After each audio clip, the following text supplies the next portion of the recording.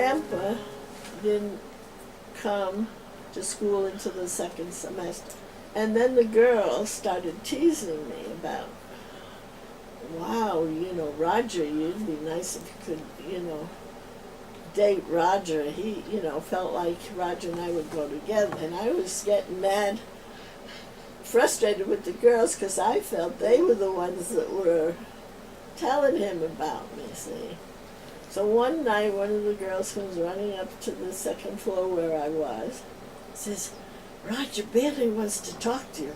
And I thought, oh no, but I prayed a lot about it. I said, oh Lord, don't let him ask me, talk to me if it's not your will. So I went downstairs and he asked me out for a date and so forth. And then he finally says, well, you don't have to give me an answer now. You can pray about it. Well, I'd already prayed plenty about it.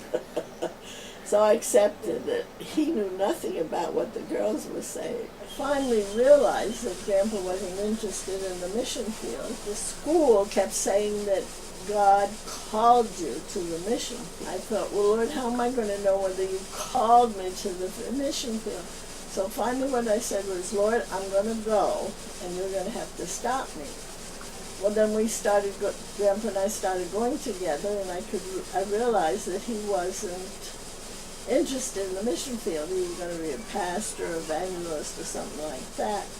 So one night I got on my knees and I prayed and I told the Lord, well, the next morning I was going to tell Roger that our dating was off because I felt like the Lord hadn't stopped me yet. So, but next morning we got up and saw each other at the school, and before I could say anything, Grandpa comes and says, guess what? I changed my course from pastors to missionary. Of course, so then I didn't say anything to him that our dating was over. I would have been pretty blue. I would have felt pretty blue. It wasn't that I didn't want to be a missionary. It was just that I had spent so much time away from my place, my home, my state, my country. And from what I had seen, I didn't want to spend the rest of my life in another country. But I told the Lord I'd go to Bible school and serve Him. And I just assumed, as all I really knew at the time was to be a pastor. But I knew I wasn't a great speaker, but Lord, if He saw fit to use me, I'd go and preach. It's interesting the way the Lord worked. Then that summer, I went out with, I guess that summer we were already, between us were engaged, right? Yeah, unofficially. Unofficially engaged, and during that summer. We couldn't be officially because school wouldn't let us, so unofficially we were. And during, Uncle Artie, my brother, was in the Navy during the war. One night, 2 of our planes crashed over Chesapeake Bay, and he was on a minesweeper. So they went out, all these boats went out to try to find the plane that crashed into the sea, Chesapeake Bay. And they were sending out flares with parachutes. And so he picked one of the parachutes up out of the water, took it home, and he gave it to me for my wedding dress. And pure silk. Pure silk. Not as large as a man's parachute, but we cleaned it up, we took it all apart and everything, and she made my wedding dress all by hand. So that's how I got my wedding dress. So the Lord just provided everything for us, and it was very simple. Then that night we spent the first night in a hotel in Augusta. Then we started out into northern Maine, going up into Canada. So we took the inner road and we went straight up to Canada through there. On our way up, we wanted to go to Mount Katahdin, which is the highest point in Maine, and it's the first place the sun hits in the morning in the United States. And so we parked there. We came back to the car, and here was a slow stream of gas coming out of the gas tank. So Grandpa put a can under it to catch it. So we got in the car and went the 30 miles back to Millinocket. It was just about 6 o'clock in the evening, and the gas station or whatever it was we found open was just closing. So the guy there says, well, it's kind of late now, but here, you take this screw and some string and wrap it around it and screw it up in the gas tank.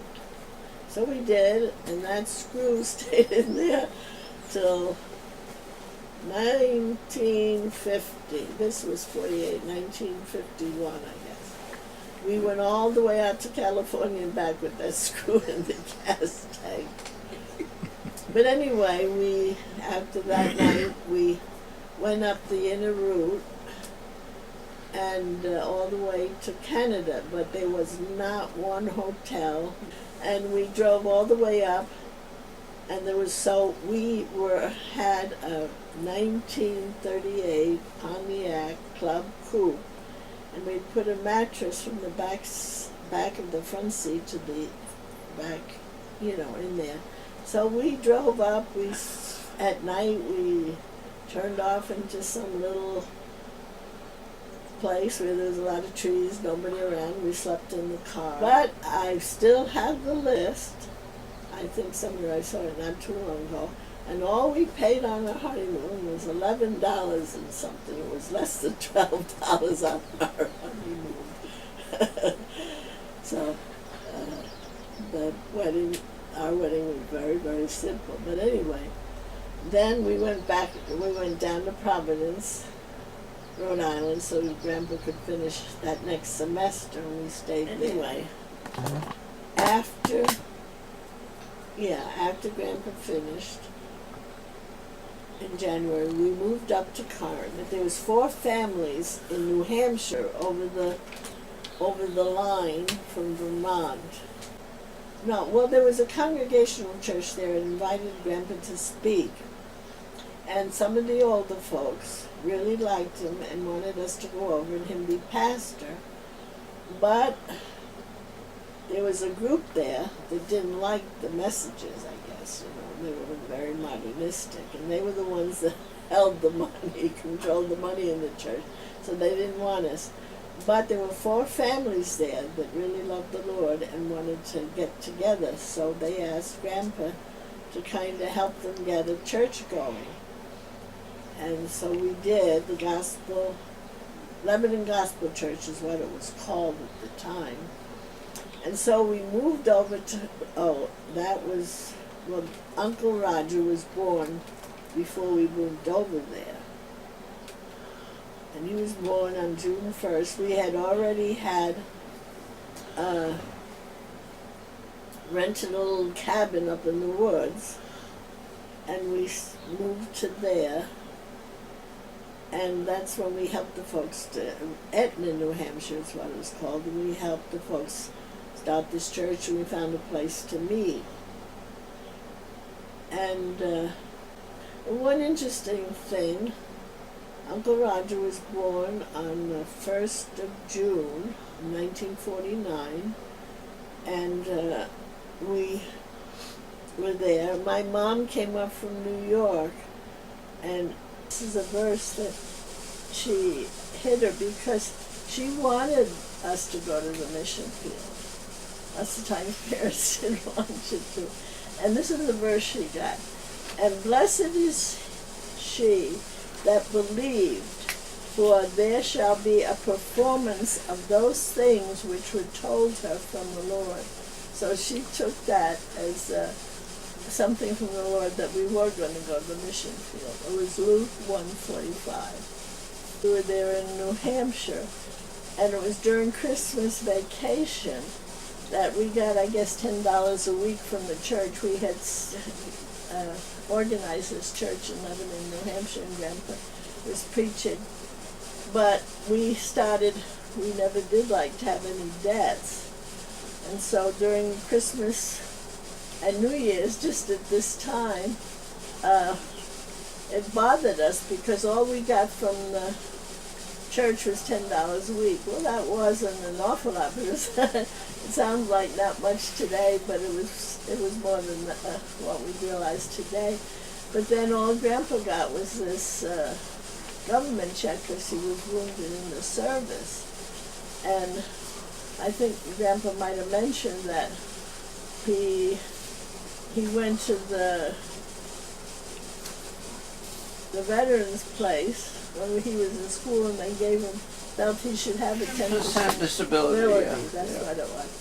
And the day that Uncle Roger was born, he was called down to the veterans place, and in White River Junction, and Grandpa, I was up in Barry, Vermont, where he was born, but they upped it to 20%. They were cutting everybody's too, but they upped mine. And what he got was $24 when they upped it to 20%, $24 a month. But we just had enough, the Lord provided enough, because then we decided, well, the Lord wanted us to step out and go towards the mission field. And it was during that week of 1949, between Christmas and New Year's, that we decided that that's when we should step out for the mission.